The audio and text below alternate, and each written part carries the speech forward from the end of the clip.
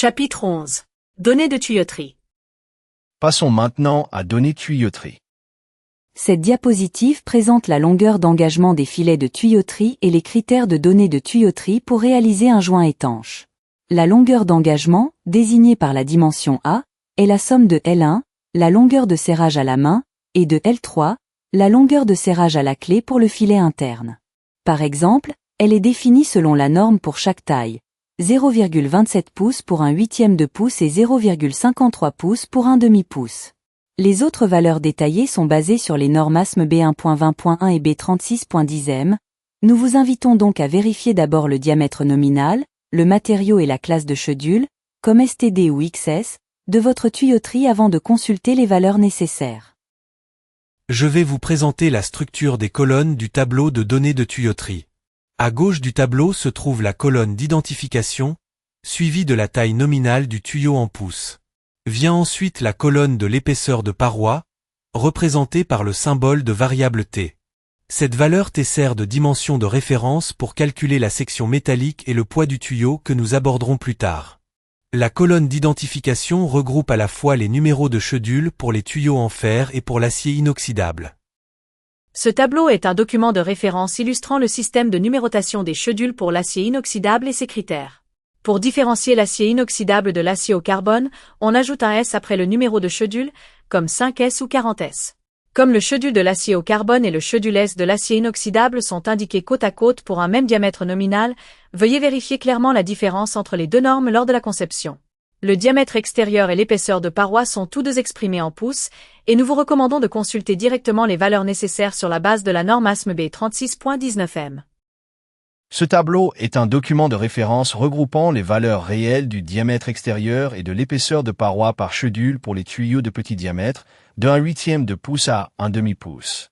Il montre notamment le principe selon lequel, pour un même diamètre nominal, le standard correspond au 40S et l'extra strong au 80S en termes d'épaisseur.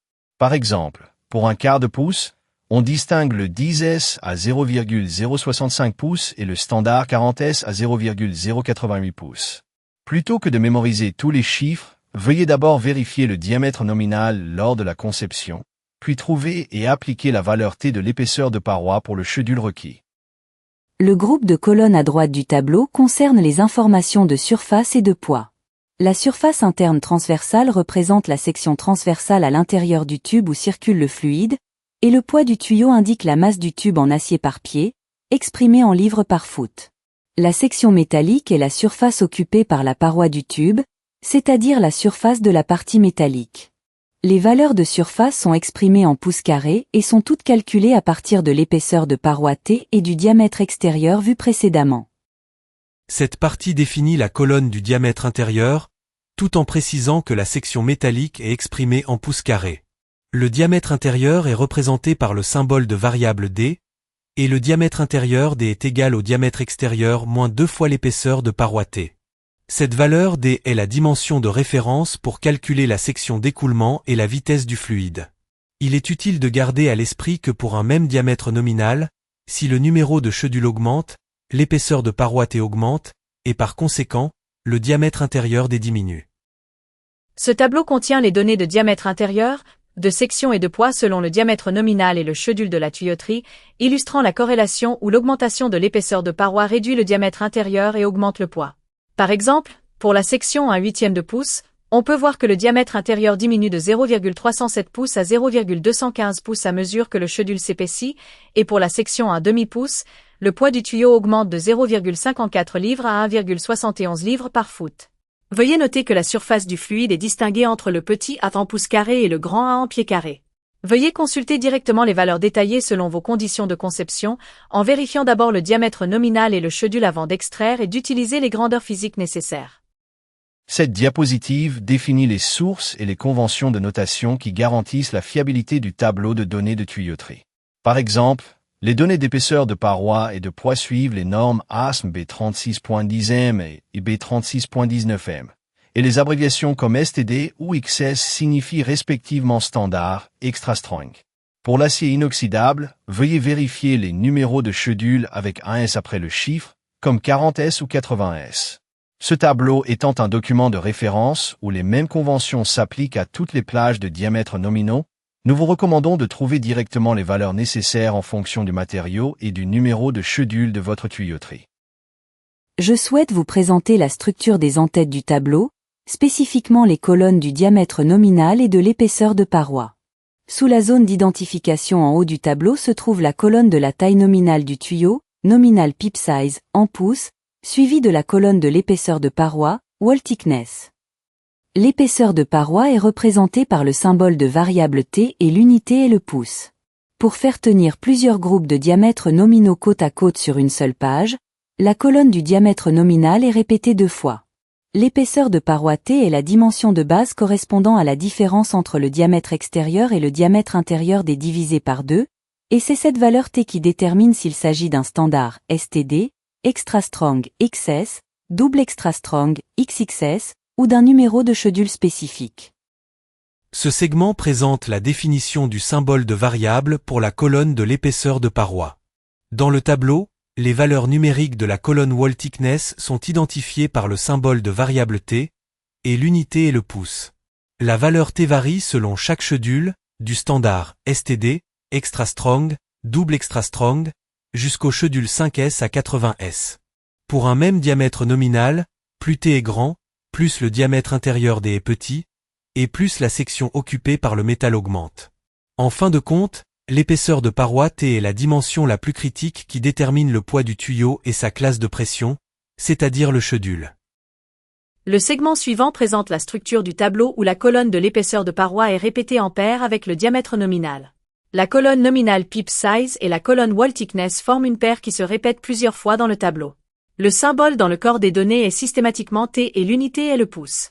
La raison pour laquelle ces paires de diamètre nominal et d'épaisseur de paroi sont disposées en plusieurs colonnes est de condenser plusieurs blocs de diamètre nominaux sur une seule page. Dans chaque bloc de diamètre nominal, les valeurs de T pour le standard, extra strong, double extra strong et les schedules d'acier inoxydable de 5S à 80S sont listés successivement. Ce tableau montre les dimensions fixes du diamètre extérieur, outside diamT, selon le diamètre nominal. Le principe fondamental du diamètre extérieur est que, pour un même diamètre nominal, sa valeur reste constante quel que soit le schedule. Par exemple, il est fixé à 0,475 pouces pour un huitième de pouce et à 0,840 pouces pour un demi-pouce. Par conséquent, même si l'épaisseur de paroi T change selon le schedule, le diamètre extérieur reste invariant, et c'est le diamètre intérieur D qui varie. Veuillez vérifier les valeurs détaillées dans le tableau et les utiliser comme dimension de référence lors de l'appariement des spécifications de fixation, telles que les brides ou les raccords. Je voudrais vous présenter la colonne du diamètre extérieur du tableau des données de tuyauterie du chapitre 11 du manuel Fischer. Dans le tableau, la colonne outside diamT, c'est-à-dire le diamètre extérieur, est exprimée en pouces. Pour une même taille nominale de tuyau, le diamètre extérieur reste constant, même si le numéro de schedule ou l'épaisseur de paroi change. C'est le principe fondamental des normes de tuyauterie. Si l'on fixe le diamètre extérieur et que l'on augmente l'épaisseur de paroi T, le diamètre intérieur D diminue proportionnellement. Les normes de référence pour l'ensemble du tableau sont l'ASME B36.10L pour l'acier au carbone et l'acier allié, et l'ASME B36.19L pour l'acier inoxydable. L'ordre des colonnes est le suivant. Éléments d'identification, numéro de schedule, diamètre extérieur, épaisseur de paroi, air interne transversal et poids. Ce slide est un tableau de référence regroupant les données de diamètre extérieur et d'épaisseur de paroi pour les principales tailles nominales, de 3 carines. À 1 et 1 carine.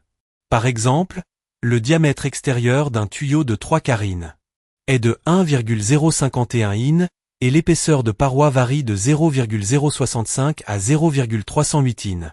Pour l'acier inoxydable, on utilise des schedules comme 5S ou 80S, tandis que pour les tubes en acier, on utilise des symboles d'identification tels que STD ou XXS. Toutes les valeurs ne sont pas listées ici. Je vous invite donc à vérifier d'abord la taille nominale et le matériau de votre tuyauterie, puis à vous référer directement à la valeur d'épaisseur de paroi correspondante. Je voudrais vous présenter les colonnes de l'air interne transversal et de l'air du métal. La transverse internal area correspond à la surface de la section transversale où le fluide s'écoule réellement à l'intérieur du tuyau. C'est la valeur de base utilisée pour évaluer la capacité de passage du débit via le diamètre intérieur, dès lors du dimensionnement des vannes. D'autre part, l'area of metal est la section transversale occupée par la paroi elle-même. Elle augmente à mesure que l'épaisseur de paroi T s'accroît et est directement proportionnelle au poids du tuyau par unité de longueur. La somme de ces deux aires est égale à la section transversale totale basée sur le diamètre extérieur. Ainsi, on peut observer dans le tableau que pour un même diamètre extérieur, si le chedule augmente, l'aire du métal augmente et l'aire interne diminue. Bien qu'il s'agisse des mêmes colonnes d'air, je voudrais ici aborder la distinction des unités. L'aire interne et l'aire du métal sont fondamentalement exprimées en pouces carrés, SQin. Cependant, le tableau contient également des valeurs exprimées en pieds carrés, SQFT. Cette valeur en pieds carrés est identique au volume par pied de longueur de tuyau, c'est-à-dire la valeur en pieds cubes par pied. C'est pourquoi on trouve côte à côte l'élément A majuscule en pieds carrés et l'élément A minuscule en pouces carrés. La conversion volumétrique est simple. En multipliant la valeur de l'aire interne en pieds carrés par la longueur en pieds, on obtient directement le volume interne en pieds cubes. Grâce à cette double notation, on peut traiter le débit, le volume interne et le poids dans un seul et même tableau. Je voudrais vous présenter le lien entre la colonne de l'aire du métal et le calcul du poids. L'area of metal, ou aire du métal, combinée à la densité de l'acier, sert de base pour calculer le poids du tuyau par unité de longueur, valeur exprimée dans le tableau en livres par pied, livres par foot. Deux types de poids sont indiqués, le wect pipe, qui est le poids propre du tuyau, et le water wect, qui est le poids de l'eau remplissant complètement le tuyau. Si la paroi s'épaissit et que l'aire du métal augmente, le poids du tuyau augmente, tandis que le poids de l'eau diminue car l'aire interne est réduite. Ces deux valeurs de poids sont utilisées directement pour la conception des supports de tuyauterie et le calcul des charges. Je voudrais vous présenter la relation entre le diamètre intérieur et le poids de l'eau. L inside diam T, ou diamètre intérieur D, est la valeur obtenue en soustrayant 2 fois l'épaisseur de paroi du diamètre extérieur, soit D égale au D, 2 tonnes. Ce diamètre intérieur, D, est la donnée d'entrée la plus importante pour le calcul des vannes et du débit, et sert de référence pour le diamètre de la conduite lors du dimensionnement du CV. Le water wect, exprimé en livres par pied, est le poids par unité de longueur lorsque le volume interne basé sur ce diamètre intérieur est rempli d'eau. Si le chedule augmente, l'épaisseur de paroi T augmente, ce qui réduit le diamètre intérieur D, et par conséquent, l'aire interne et le poids de l'eau diminuent également. Ainsi, même pour un même tuyau nominal, on peut comparer directement comment la section efficace d'écoulement varie en observant simplement le changement du diamètre intérieur, D. Le diamètre intérieur, ou inside diam T, dans le tableau des données de tuyauterie, définit la dimension réelle du passage du fluide et est déterminé en soustrayant 2 fois l'épaisseur de paroi du diamètre extérieur.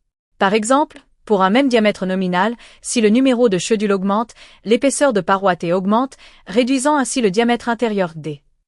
Par conséquent, je recommande aux ingénieurs de vérifier d'abord le diamètre nominal et le numéro de chedule de la tuyauterie, puis de trouver la valeur des correspondantes pour l'utiliser comme dimension de référence pour le calcul de l'aire de la section, de la vitesse d'écoulement et du CV.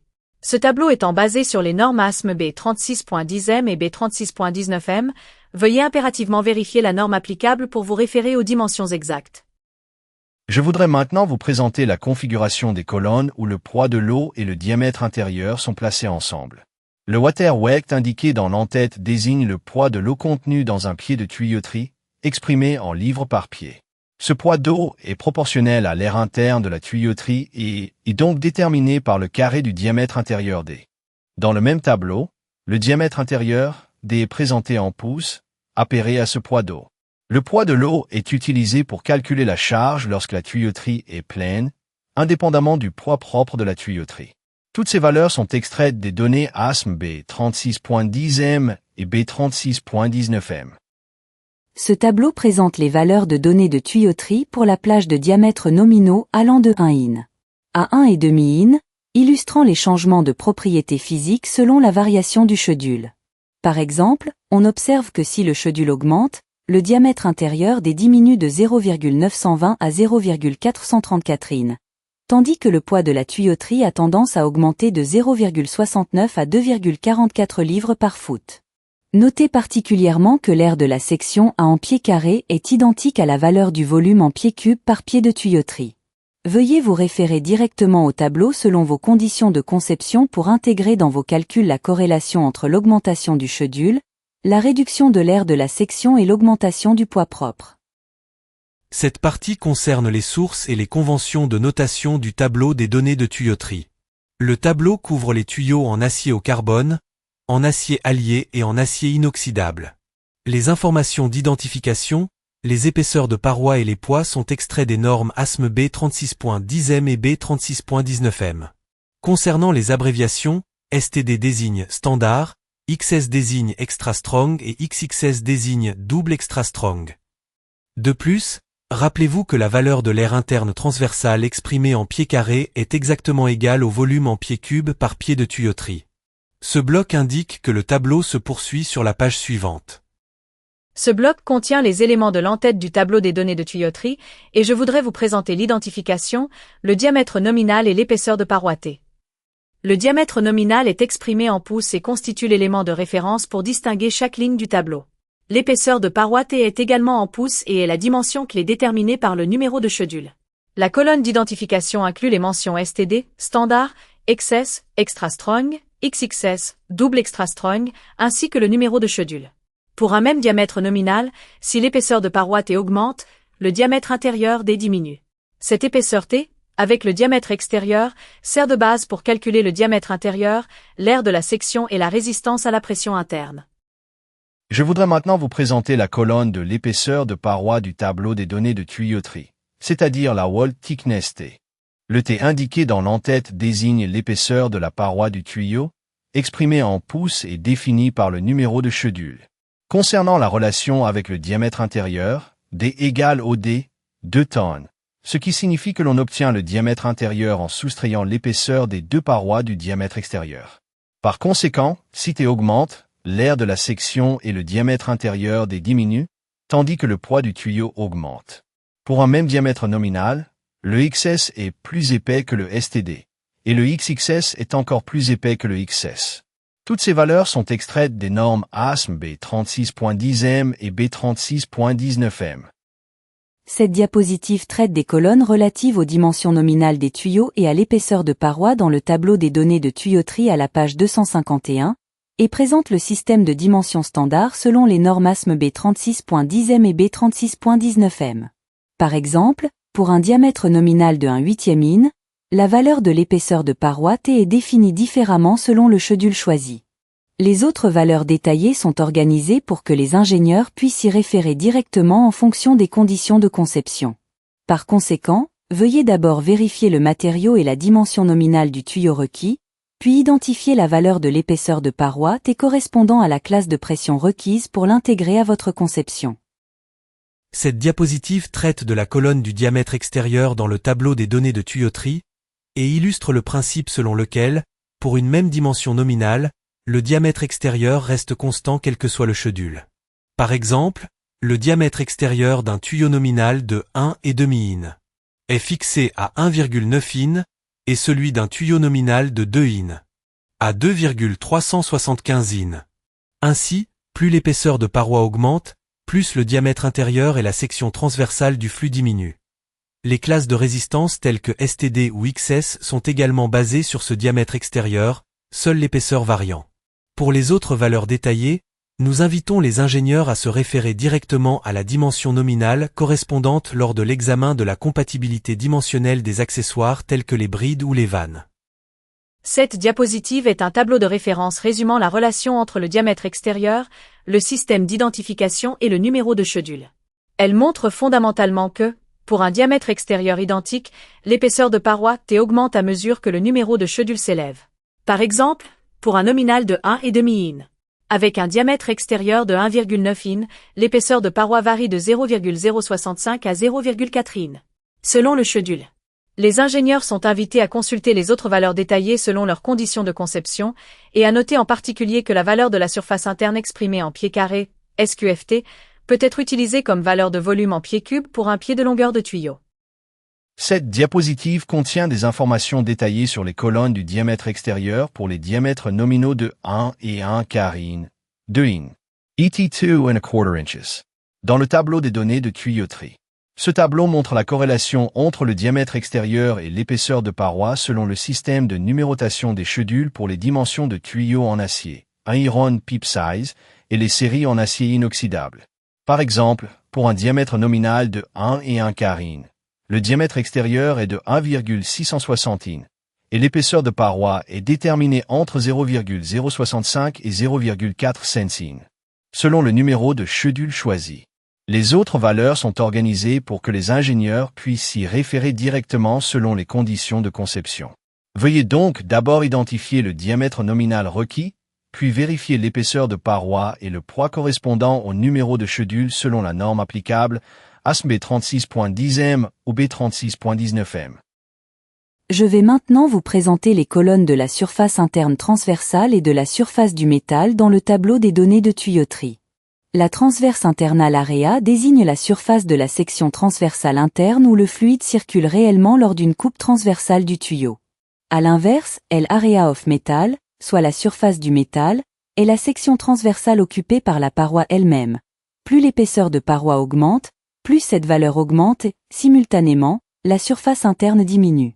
La somme de ces deux surfaces correspond à la section transversale totale basée sur le diamètre extérieur, ce qui permet de vérifier la cohérence du tableau.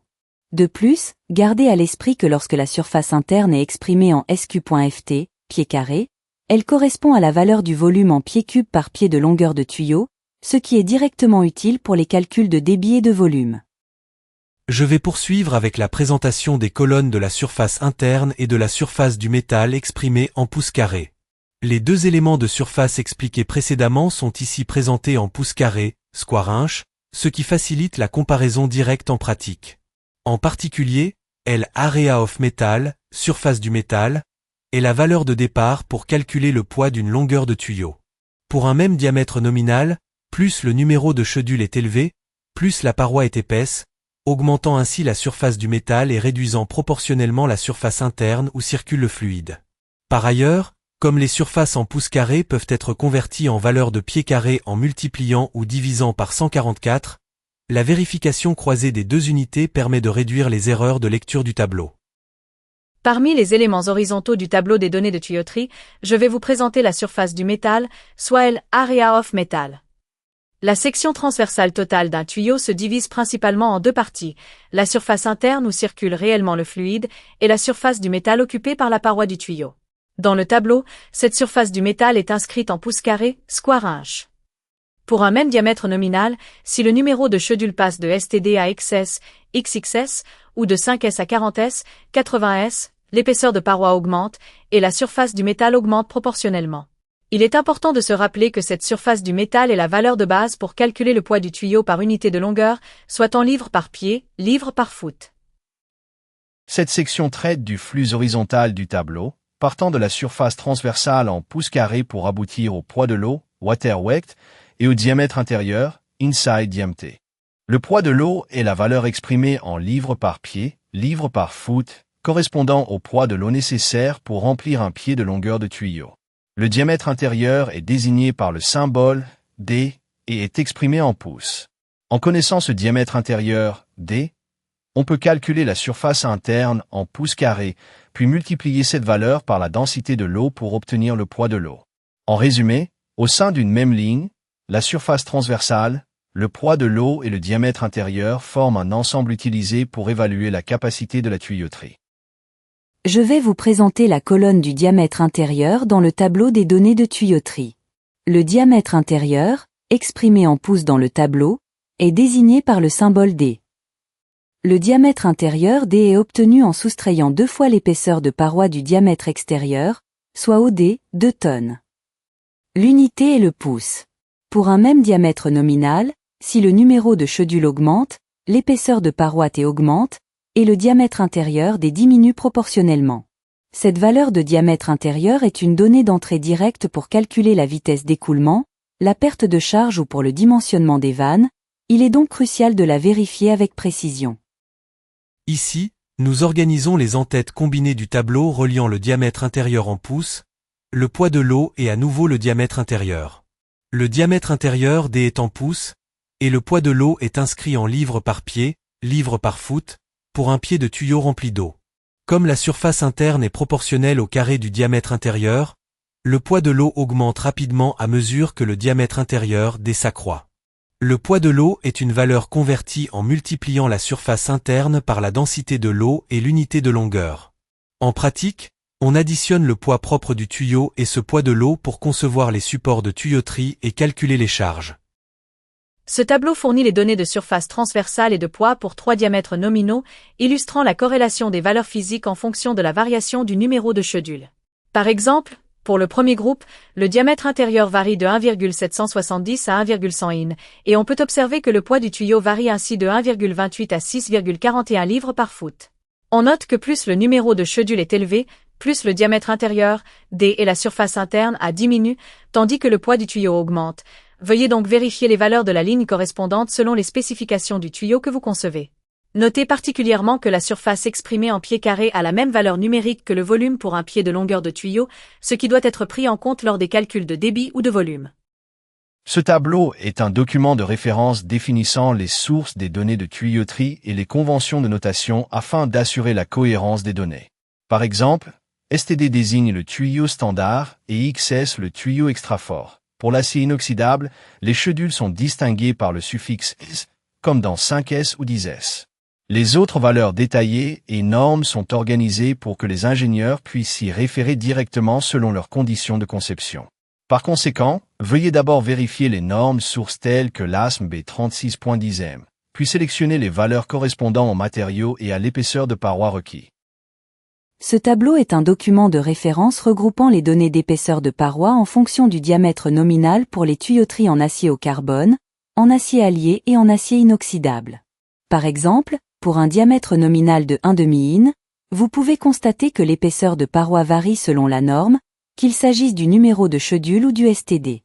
Plutôt que d'énumérer tous les chiffres, je vous invite à vérifier d'abord le matériau et le diamètre nominal de votre tuyauterie, puis à rechercher et appliquer la valeur d'épaisseur correspondant au numéro de Schedule choisi. Notez particulièrement que l'acier inoxydable utilise une notation avec un S, comme 40S ou 80S. Je vous recommande donc d'être vigilant lors de la sélection de la norme.